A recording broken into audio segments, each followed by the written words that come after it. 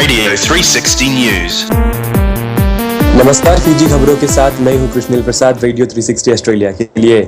खबरों में ये बात सामने आया है कि सेंट्रल और ईस्टर्न डिवीजन के जो स्कूल्स है वो आज से सामान्य रूप से खुल जाएंगे और इस बात की पुष्टि ministry of education permanent secretary doctor Brijlal ने दिया है। और उन्होंने कहा है कि साइक्लोन डेफनी के दूर जाने की वजह से अब फीजी को कोई खतरा नहीं है और इसमें भी विद्यार्थी है वो अपने रिस्पेक्टिव स्कूल्स अब सामान्य रूप से सेंट्रल और ईस्टर्न डिवीजन में लौट सकते हैं। डॉक्टर लाल ने ये कहा है कि कुछ स्कूलें शायद आज और इसी सप्ताह बंद रहेगी क्योंकि अभी भी काफ़ी जगहों पर क्षति बहुत ज़्यादा पहुंची है, कुछ स्कूल को डैमेजेस पहुंची है जिसकी वजह से स्कूल बच्चे जो है वो वापस स्कूल नहीं जा पाएंगे।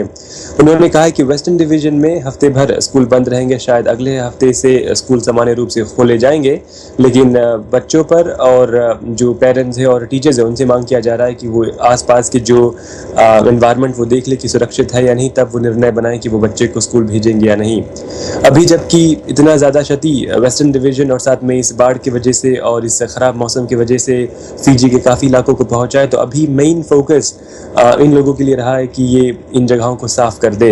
अकॉर्डिंग टू स्पेशल एडमिनिस्ट्रेटर नांदी टाउन के असिया तो इंद्राकी ने कहा है कि मिलिट्री अब काफ़ी शॉपकीपर्स को असिस्ट करेंगे कि ये नांदी बिजनेस एरिया को साफ कर दे। बताया गया है कि पेड़ पौधे और काज जो बह जाने के कारण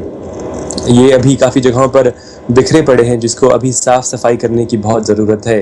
उन्होंने कहा है कि अगर सभी कुछ अकॉर्डिंग टू द प्लान गया तो शायद जो क्लीन अप है ये जल्दी हो जाएगा, मगर मौसम में कुछ भी परिवर्तन हुआ जिसकी वजह से ये क्लीन अप नहीं हो पाया। जो रास्ते हैं नांदी टाउन में ये अभी भी यातायात के लिए बंद कर दिया गया है, अभी यहाँ पर साफ सफाई शुरू कर दिया गया है और मिलिट्री सपोर्ट और जो आसपास के लोग हैं, जो नांदी बिजनेस एरिया है, वो सभी लोग मिलकर अभी साफ सफाई में जुटे हुए हैं। मिलिट्री सपोर्ट उन लोगों को भी दिया जाएगा जो खासतौर पर नांदी शॉप से की लूटिंग को रोका जा सके, क्योंकि अभी जो काफ़ी शॉप ग्लासेस है इनके टूट जाने के कारण शायद चोरी होने की ज़्यादा संभावना है, जिसकी वजह से मिलिट्री पेट्रोल और पुलिस पेट्रोल इन इलाकों में किया जाएगा। बताया गया कि नांदी टाउन में अभी भी वाटर और पावर सप्लाई सामान्य रूप से नहीं दिया जा रहा है और इसको रिस्टोर करने में शायद थोड़ा समय लगे। कुछ अफेक्टेड फैमिलीज अभी भी स्ट्रगल कर रहे हैं अपने बच्चों को खाना देने के लिए, जबकि खाना सप्लाई में काफ़ी बाधाएं उत्पन्न होने लगी है। गलेलवा नांदी के जो एक रेसिडेंट है शेरन कविता ने कहा है कि वो अपने घर में है, लेकिन उनका घर पूरी तरह से डैमेज हो चुका है, लेकिन उनके पास और कोई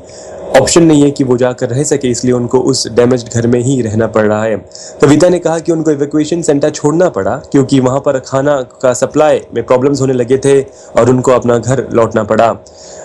बाह में बताया गया है कि कॉन्टिन्यूअस हैवी रेन के कारण पिछले घंटे में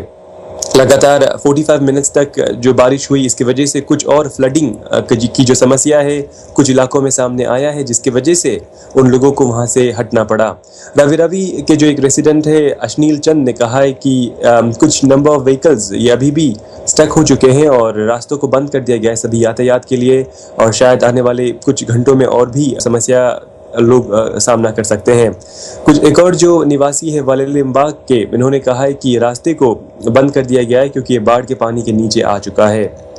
अन्य खबरों में देखा जाए तो इमरजेंसी रिलीफ एजेंसीज ये अभी अराउंड द क्लॉक काम कर रहे हैं कि ये 11,000 से भी ज़्यादा लोगों को राहत दे सके। 50 एवैक्यूएशन सेंटर्स जो वेस्टर्न डिवीजन और सेंट्रल डिवीजन में है, वीकेंड फ्लडिंग के दौरान बुरी तरह से जो अफेक्टेड लोग हैं वहाँ पर आ चुके हैं और इनको 11,000 से भी लोगों को अब यहाँ पर राहत दिया जा रहा है और इनके लिए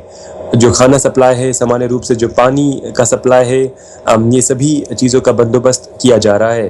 फ्लडिंग के वजह से बताया गया है कि लोगों को काफ़ी क्षति पहुंची है, लोग बुरी तरह से अफेक्टेड हो चुके हैं और इस फ्लडिंग को one of the worst flooding ever describe किया गया है, जिसके कारण से डेवस्टेशन बहुत ज़्यादा हुआ है और ये फ्लड बहुत मैसिव था, इस वजह से इस पर काफ़ी काम किया जा रहा है।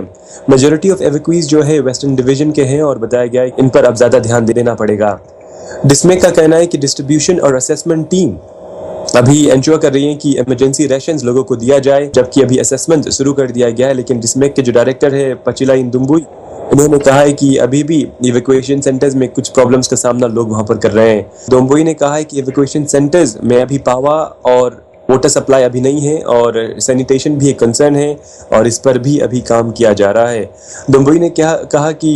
डिस्ट्रीब्यूटिंग फूड रेशंस अभी शायद कुछ मेंबर्स को मिलने में थोड़ी तकलीफ हो, क्योंकि इस काफ़ी इवैक्यूएशन सेंटर्स में छोटे छोटे बच्चे हैं और इन राशंस में दूध को शामिल करना एक बहुत ही ज़रूरतमंद बात है और इस पर अभी काम किया जा रहा है। मुंबई ने ये भी कहा कि जो रोस्टेड सिविल सर्वेंट्स है इनको अब डिफरेंट मिनिस्ट्रीज में जो काम करते थे इनको भी अब असिस्ट करने के लिए इस अर्जेंट रिलीफ वर्क में अब शामिल कर लिया गया। काम जल्दी हो जाए और 11,000 से लोगों को भी यहाँ पर राहत दिया जाए। कुछ ऑर्गेनाइजेशन और लोगों से मांग किया जा रहा है कि अगर वो डोनेशंस इत्यादि देना चाहे डिस्मेक को तो वो उनको संपर्क कर सकते हैं और डिस्मेक बहुत ही ग्रेटफुल रहेंगे उन लोगों के लिए जो इनको मदद पहुंचाएंगे। अन्य खबरों में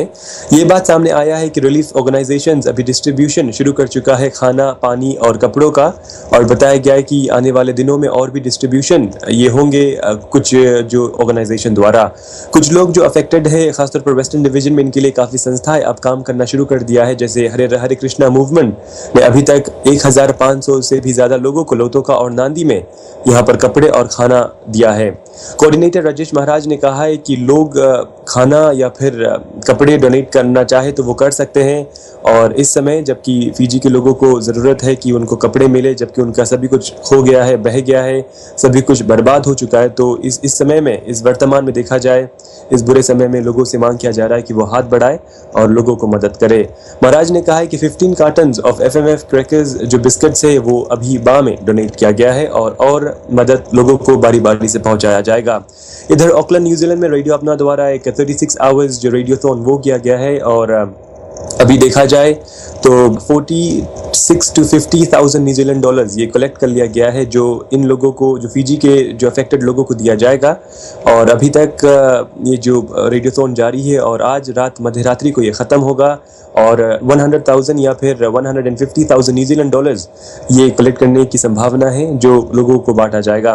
डिस्ट्रीब्यूशन ऑफ जो फूड आइटम्स है या फिर जो पैसे हैं, कपड़े हैं, वो इसी वीकेंड, ईस्टर वीकेंड के दौरान किया जाएगा। अपना मैनेजमेंट के शयाज और धर्मेंद्र ने कहा है कि इसी सप्तांत वो फिजी जाने वाले हैं और वहाँ पर लोगों को वो जो राहत देंगे, जो कपड़े जो लोग चाहते हैं या फिर पैसे चाहते हैं, तो वहाँ पर ये डिस्ट्रीब्यूट किया जाएगा। और भी खबरें बारी बारी से आप तक हम पहुँचाते रहेंगे। रेडियो 360 आप सुनते रहे। फिलहाल रेडियो 360 के लिए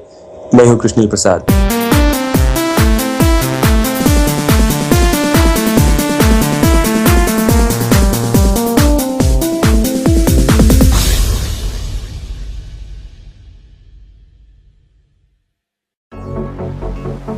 आप सुन रहे हैं रेडियो 360 का प्रसारण।